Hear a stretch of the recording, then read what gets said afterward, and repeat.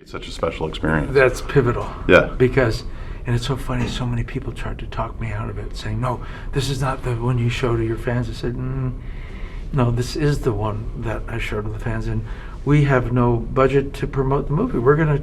I'm taking this to Comic-Con. Yeah. And it worked out great. It's funny because one of the things I do is I run comic book conventions here in Dallas, and so when I saw this, I believe me, I understand because there's so many things about dealing with fans, and especially fans meeting celebrities, and trying to figure out a way to control that and make it a pleasurable experience, but at the same time comfortable for the actor, so that they don't feel like it's a little too much.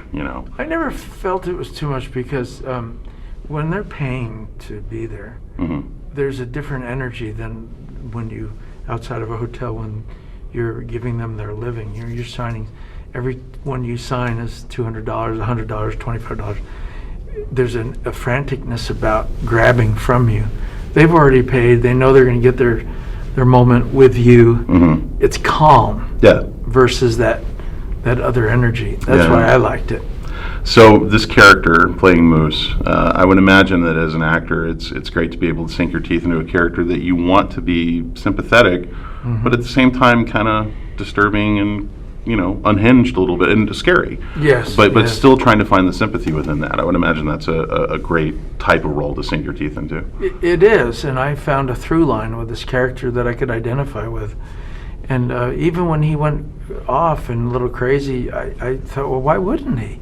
This bully that's been bullying him, for who knows how many years, and he's, up to no good to begin with, the other guy. So when Moose tries to strangle him and articulates every thought, yes, it's horrifying, but aren't you a little like, finally someone's taking care of this bully? Yeah, when the security officer says, like, I'm glad you stood up for yourself, I think the audience feels the same way. Like, he needs to stand up for himself, but still scared at the same time at what he's going to do later.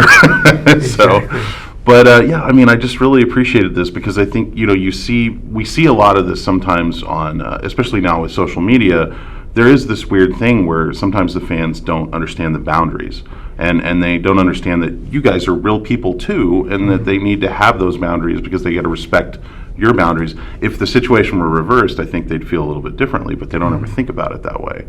There's also a moment in the film that I really like that you put in there where you're writing the letter and you said, please follow me on social media. There's a weird thing with that where like everybody wants you to follow on social media, like that validates them somehow. Yes, it verifies. Yeah. It verifies their existence on that medium. Yeah, it's interesting. Yeah, I've just never had an issue with stardom and fandom. I just always knew how, from a very little boy, I was around famous people.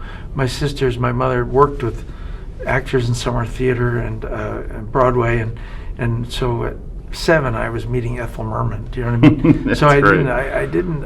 It wasn't a foreign thing to me.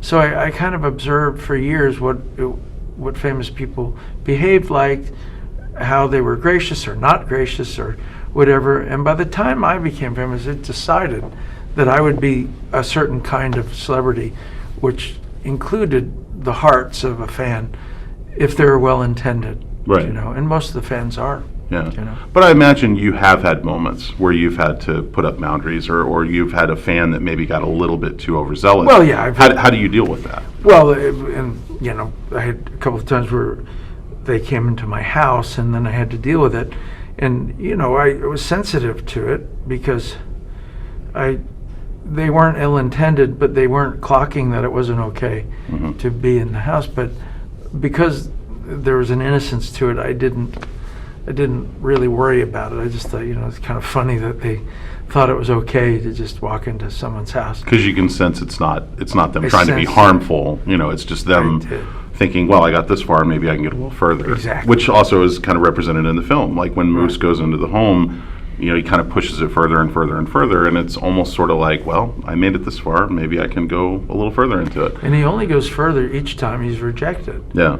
But I mean, if he had been given the grace to, in the first place, if the movie star had allowed him to have his 1 autograph, 2 autographs, probably never see him again. Yeah.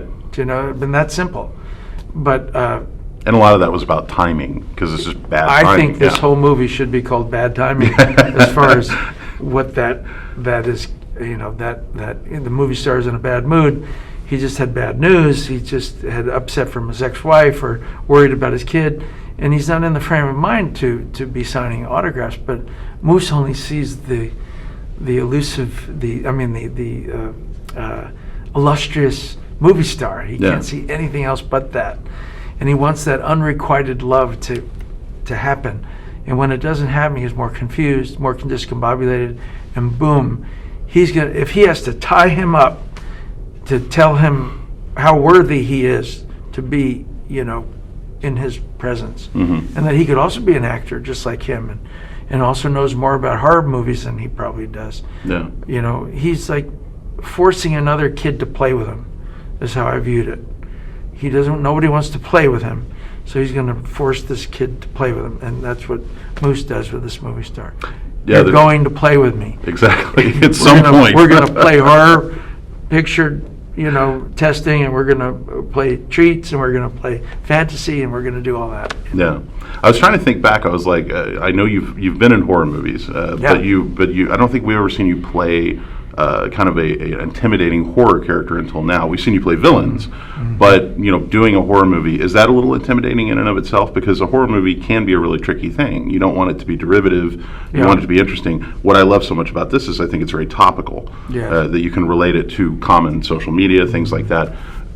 Was it one of those things that when you were approached for this, you thought this makes sense? Like this is the kind of horror movie for today. Well, it just it affected me so deeply that I don't know if I was even worried whether it was topical. I just wanted to do it. Yeah. I wanted to play him. I understood it. I thought it was shocking that we were led in various directions, and then every time you turned, there was no, they didn't do that. Yeah. And then when I read it for some reason, oh no, this can't be, And we even have things we cut out that were, pretty extraordinary. That maybe one day on the DVD it'll happen or something. I enjoyed this a lot, John. Thank you so much. Yeah, The movie is Fanatic, and we're going to have more information down below on where you can see it and everything. Thank you, John. You're Good to so see you again, welcome. man. Yeah, you too. Yeah. Thanks, bud.